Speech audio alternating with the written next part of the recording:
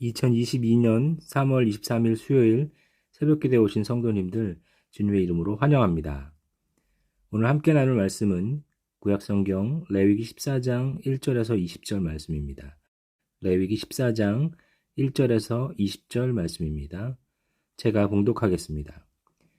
여호와께서 모세에게 말씀하여 이르시되 나병 환자가 정결하게 되는 날의 규례는 이러하니 곧 그 사람을 제사장에게로 데려갈 것이요 제사장은 진영에서 나가 진찰할지니 그 환자에게 있던 나병 환부가 나았으면 제사장은 그 정결함을 받을 자를 위하여 명령하여 살아있는 정결한 새 2마리와 백항목과 홍색 실과 우슬초를 가져오게 하고 제사장은 또 명령하여 그 새 하나는 흐르는 물 위 질그릇 안에서 잡게 하고 다른 새는 산채로 가져다가 백향목과 홍색 실과 우슬초와 함께 가져다가 흐르는 물 위에서 잡은 새의 피를 찍어 나병에서 정결함을 받을 자에게 7번 뿌려 정하다 하고 그 살아있는 새는 들에 놓을지며 정결함을 받는 자는 그의 옷을 빨고 모든 털을 밀고 물로 몸을 씻을 것이라. 그리하면 정하리니 그 후에 진영에 들어올 것이나 자기 장막 밖에 이레를 머물 것이요 7째 날에 그는 모든 털을 밀되 머리털과 수염과 눈썹을 다 밀고 그의 옷을 빨고 몸을 물에 씻을 것이라. 그리하면 정하리라.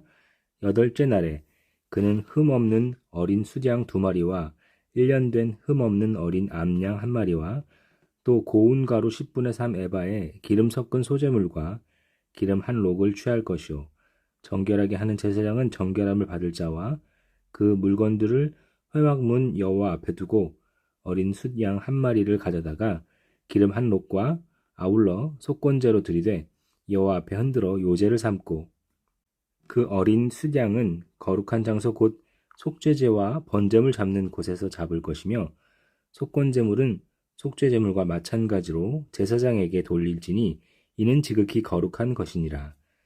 제사장은 그 속건제물의 피를 취하여 정결함을 받을 자의 오른쪽 귓뿌리와 오른쪽 엄지손가락과 오른쪽 엄지발가락에 바를 것이요 제사장은 또 그 한 록의 기름을 취하여 자기 왼쪽 손바닥에 따르고 오른쪽 손가락으로 왼쪽 손에 기름을 찍어 그 손가락으로 그것을 여호와 앞에 7번 뿌릴 것이요 손에 남은 기름은 제사장이 정결함을 받을 자의 오른쪽 귓뿌리와 오른쪽 엄지손가락과 오른쪽 엄지발가락 곧 속건제물의 피 위에 바를 것이며 아직도 그 손에 남은 기름은 제사장이 그 정결함을 받는 자의 머리에 바르고 제사장은 여호와 앞에서 그를 위하여 속죄하고 또 제사장은 속죄제를 드려 그 부정함으로 말미암아 정결함을 받을 자를 위하여 속죄하고 그 후에 번제물을 잡을 것이요 제사장은 그 번제와 소제를 제단에 드려 그를 위하여 속죄할 것이라.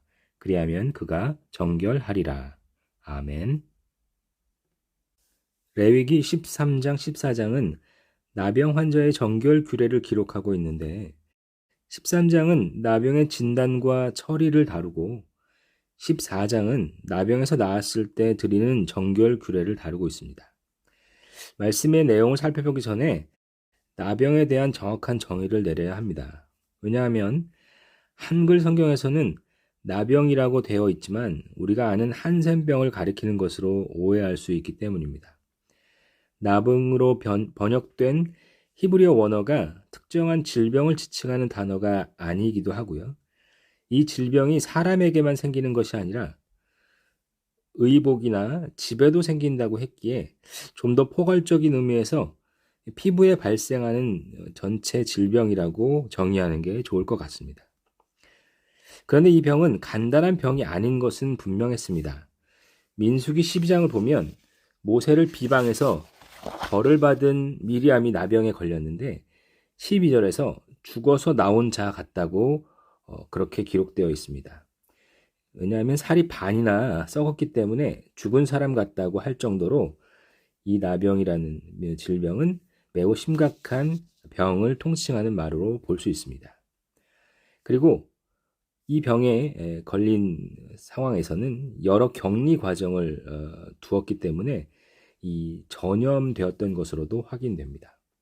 이런 병을 그대로 둔다면 공동체 전체에 큰 문제가 되었기에 하나님께서는 매우 세심하고 철저하게 관리하도록 만드셨습니다. 나병이 심각한 병이었기 때문에 철저한 정경 규례를 둔 것이지 그것이 더 큰 죄를 지어서 이런 병이 걸렸다 하는 그런 의도는 전혀 없습니다. 이런 정결 규례는 공동체를 지키기 위함이기도 하지만 이 병에 걸린 환자를 회복시키기 위함이 가장 큰 목적이었습니다. 하나님께서는 개인과 공동체의 긴밀한 유기적 관계를 잘 아셨고 한 개인을 희생시켜 공동체를 살리려 하고 그런 의도를 갖고 계시지 않았습니다. 공동체 전체가 질병이든 죄의 문제이든 이를 해결하고 회복시키려는 구조로 만드신 것입니다. 우리가 속한 공동체도 질병과 죄 회복을 위해 더 많은 관심과 힘을 기울이는 공동체가 되기를 기도합니다. 한 영혼을 살려 공동체를 더 든든히 세워가는 공동체가 되기를 소망합니다. 제사장은 병이 다 나은 나병 환자에게 정결하게 되었다는 표시로 피와 기름을 머리, 귀, 손가락, 발가락 등에 바르는 의식을 행했습니다. 그런데 이런 의식은 레위기 8장을 보면 제사장을 위임할 때도 동일하게 행했다는 것은 매우 특이하게 우리가 보아야 할 것입니다. 제사장으로 위임되어 새롭게 사역을 시작하는 것과 나병에 걸려 홀로 살아가다가 이제 공동체 안에 들어와서 새 삶을 시작하는 것을 동일한 차원에서 다루고 있었다는 것입니다. 우리는 보통 제사장을 세우는 것이 더 위대하거나 더 큰 일이라고 생각하는데 하나님은 그렇지 않으셨다는 것을 우리가 주의 깊게 봐야 합니다. 하나님에게는 귀한 사명을 맡는 것도 소중하지만 부정하게 되었다가 나음을 입고 정결하게 되는 일 또한 소중한 일이었습니다. 주께서 바라시는 것은 당신의 백성의 몸과 마음 모두가 부정하게 되지 않고 정결하고 의롭게 되는 것이란 사실을 잊지 말아야 합니다. 개인 혹은 공동체가 만든 가치 체계에 휘둘리지 않고 주님의 가치를 따라가는 성도들이 되어야 합니다. 사람들에게 멋지게 보이는 것만 하려 하지 말고 보이지는 않아도 진정 정결함을 지키는 일들을 놓치지 않아야 합니다. 마음의 정결, 생각의 정결, 언행의 정결을 지키는 그것을 주님은 우리에게 원하실 것입니다. 나병에 걸린 환자가 마지막으로 제사를 다 드린 후에 그는 여호와 앞에서 새로운 삶을 시작하게 된 예배자의 새로운 지위를 회복하게 되었습니다. 우리의 작은 회복들이 진정한 예배자로 세워지는 은혜가 되기를 간절히 기도합니다. 함께 기도하시겠습니다. 존귀하신 하나님 아버지, 나병 환자의 정결 규례를 통해 주께서 얼마나 부정한 것들을 싫어하시고 정결한 것을 바라시는지, 그리고 개인과 공동체가 아프지 않고 온전히 회복되는 것을 원하신다는 것을 알려주셔서 감사합니다. 성도들이 얼마나 주님의 정결함을 귀하게 여기고 있는지 보면 안타까울 뿐입니다. 진정 회복해야 할 것들을 놓치고 종교 예식, 각종 행사 등의 회복이 마치 우리가 영적으로 회복된 것인 양 착각하고 있습니다. 진정한 회복이 무엇인지 깨닫게 하셔서 교회 공동체 모두가 이 주님의 온전한 회복의 은혜를 누리게 하여 주시옵소서.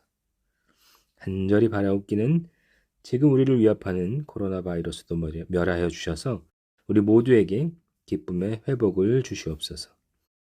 아직도 모이기 쉽지 않은 교회 공동체이지만 잠잠한 마음으로 주님을 구하며 공동체의 회복을 사모하며 기다리고 준비하는 성도들이 되게 하여 주시옵소서. 오늘도 정말 회복돼야 할 문제들이 회복되는 은혜 가운데 살게 하여 주시기를 간절히 기도합니다. 이 모든 것을 감사드리며 예수님의 이름으로 기도드릴 때 우리 구주 예수 그리스도의 크신 은혜와 하나님 아버지의 사랑하심과 성령 하나님의 감동 교통하심이 사랑하는 모든 성도들 머리 위에 영원토록 함께 있을지어다. 아멘.